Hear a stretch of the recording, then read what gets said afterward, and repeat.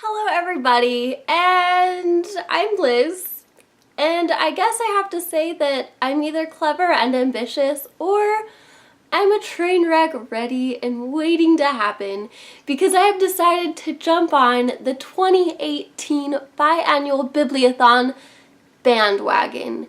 It starts tomorrow. We have 7 video challenges, and I want to do all 7 of them. So I've got some filming, editing, and all that jazz to do ASAP, and the weather outside is not cooperating, which is great, but I will do whatever I can and as much as I can. So if I'm participating in the 2018 Biannual Bibliothon, you might want to ask me, do I have a TBR?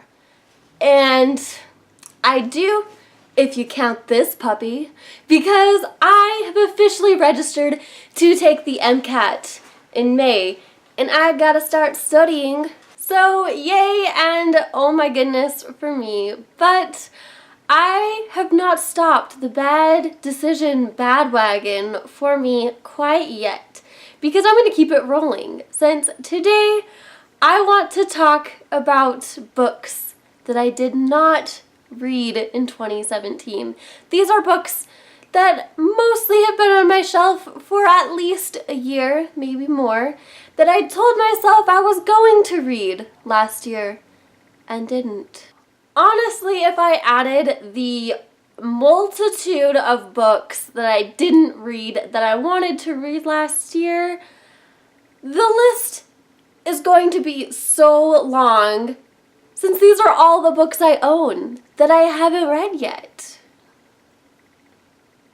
So to minimize this to the gem of 5 ultimate books that I am very disappointed in myself for not reading, these 5 beauties reach the top tier of what the F, Liz. Why haven't you read these yet? You need to step up your game. And so first up is Uprooted by Naomi Novik.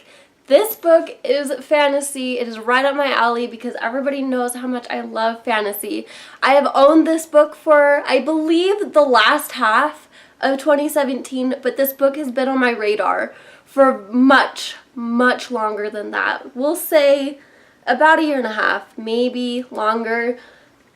And that's a bit of an issue because this book has like magic, wizards, dragons.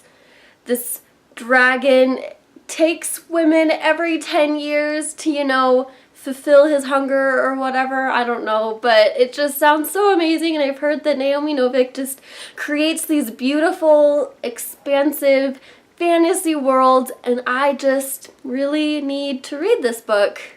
Next up is a book every booktuber, well, maybe not every booktuber, but almost every booktuber has read. Almost anybody who reads books has read this entire series already. I have owned this book for about 2.5, 3 years. And that's Cinder by Marissa Meyer. It's a Cinderella retelling with cyborgs. So that sounds amazing. The next book I have owned, I think, as long as Cinder. I'm pretty sure I bought them at the same time. And this one I was really excited for because it's this mystery where this little girl's mom goes missing, and she decides when she's older to go and find her because she doesn't believe that she's dead. And it has elephants in it. And that would be Leaving Time by Jodi Picoult. This book has seriously been on my radar for 3 years. The next book I have was many, many booktubers' favorite reads, or at least they were on their top favorite reading list of 2017. And I bought it, and I was going to read it, and then that didn't happen. And that is The Hate You Give by Angie Thomas. It is a tragic story about a girl who is in the wrong place at the wrong time. The main character witnesses her friend's death in this tragic shooting experience, and she becomes a prime suspect. And it's just really convoluted. It really talks about why Black Lives Matter and really the social injustices and inequalities that Black people face due to the police and like the public justice system here in America, especially in like poor Black areas. The last book I have is a book that was talked about pretty religiously in the Diversathon, the very first Diversathon from I believe 2 years ago.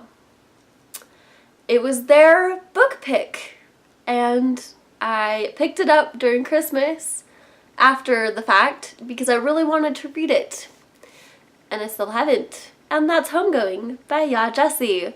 It sounds really fantastic. It's this generational story where these two sisters in Ghana have different experiences and different circumstances traveling to America. One becomes a slave and the other one becomes married to an Englishman. So there's definitely two different, drastically different scenarios, and it just shows how these two situations can really affect their offspring. So I really hope that this is the kick in the pants I needed to really read and enjoy these stories. If not, I guess there's always next year, but I am going to stick with this mob mentality that I am going to read these books, I am going to enjoy them, and I'm going to talk about them with you guys. So please comment down below which book you need to give yourself a kick in the pants to read because you didn't get to it last year. And as always, thank you guys so much for watching. I love you guys, and I really hope you stick around. So anyway, bye!